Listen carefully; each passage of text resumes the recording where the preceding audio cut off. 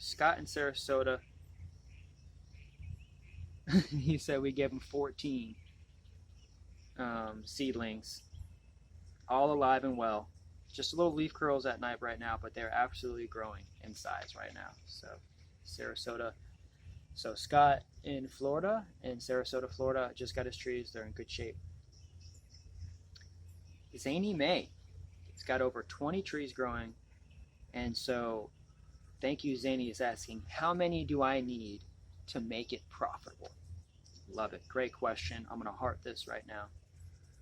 In zone 8B, do I need to trim down and cover mulch during the winter? Yes. Okay, good. So we kind of already covered that. If you're in a northern zone, okay, so we've had several interested growers in Alabama,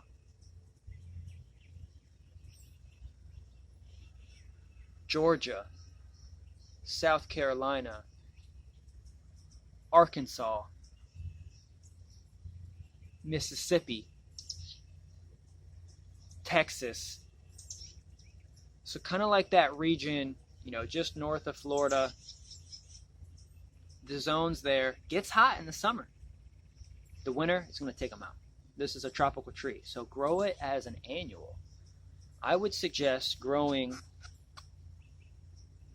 trees as close together as these right here,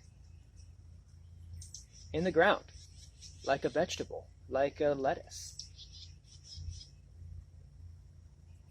And I told one of the interested growers in New York the same thing.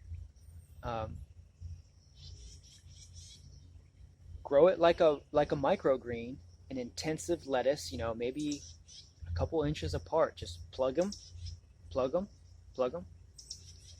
and make a row, make a curve. Okay, on contour. Follow nature. Use swales and paths, even on flat ground. I mean, you can follow some contour, slow and sink that water. Utilize the land in whatever way you can. Build up a mound, build up a curl. I love building up a little curl, and I love planting moringa trees on the edge of the mound. I feel like they love a little bit of that, like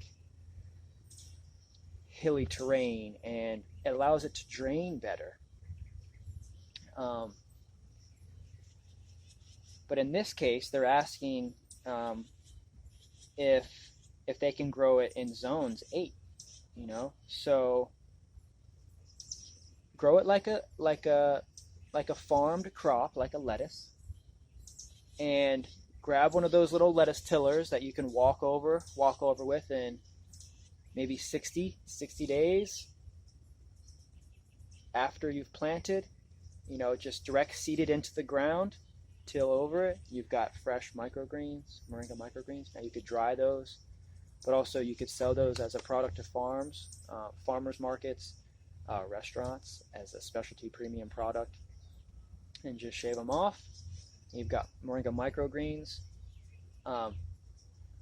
30 days later, do it again.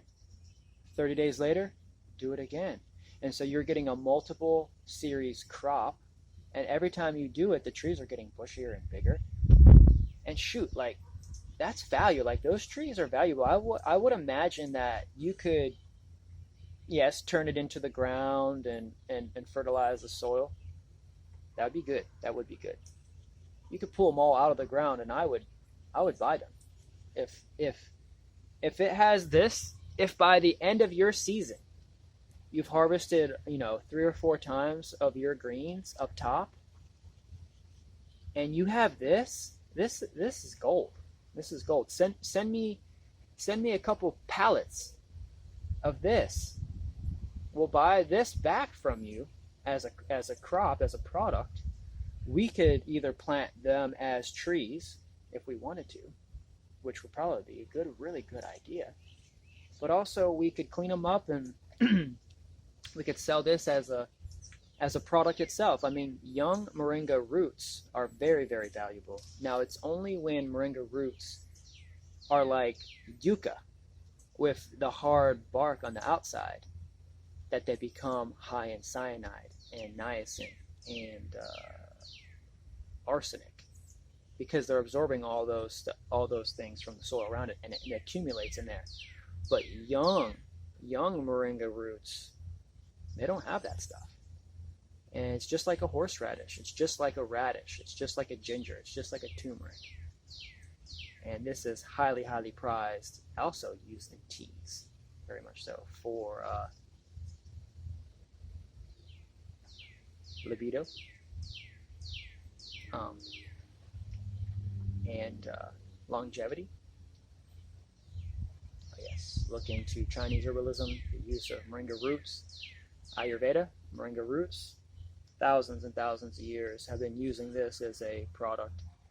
And like dancing with me, doing the tango. I love that. I see people in the roots. Sometimes how like people, you can see people's faces in the mountains. I see people just dancing down there. That's the people that live underground. That's the ant people, kind of. I don't know. Anyway, so many different options that you can grow moringa as an annual in the northern regions. So how many to make it profitable? I would start with 100-foot long single row, planted out maybe 10,000. Yeah, make it worth your while. Do a couple rows. Do it. If you've got a backyard, like you can make a couple mounds. You can directly sow these moringa seedlings right in the ground. You could have nice rows that get, within the summertime, they could get, a couple feet tall. They'll get some wood on them, and then you pull them out. When the winter comes, pull them out and send them to us if you're in the northern areas. And we're setting up the distribution lines for all of these things to happen, so that way we can, when someone calls us and they say, hey, we're looking for 1,000, trees that have already, grown to this level. We're just looking for the roots so we can plant at our farm. We just make a trade. We're collecting it from your farm. Someone that's a farmer, say in Florida, that needs to plant 1,000 one-year-old trees, so that way they can have seeds and greens on those trees from seed. That's the thing, is that this is from seed, so this is very, very valuable. This is even more valuable than a cutting, because it has a nice taproot that could regrow in there from the actual seed itself. So it just has a little bit different properties. If it's coming from a cutting, the root system is a little bit different if it's coming from a cutting than if it's coming from a seed.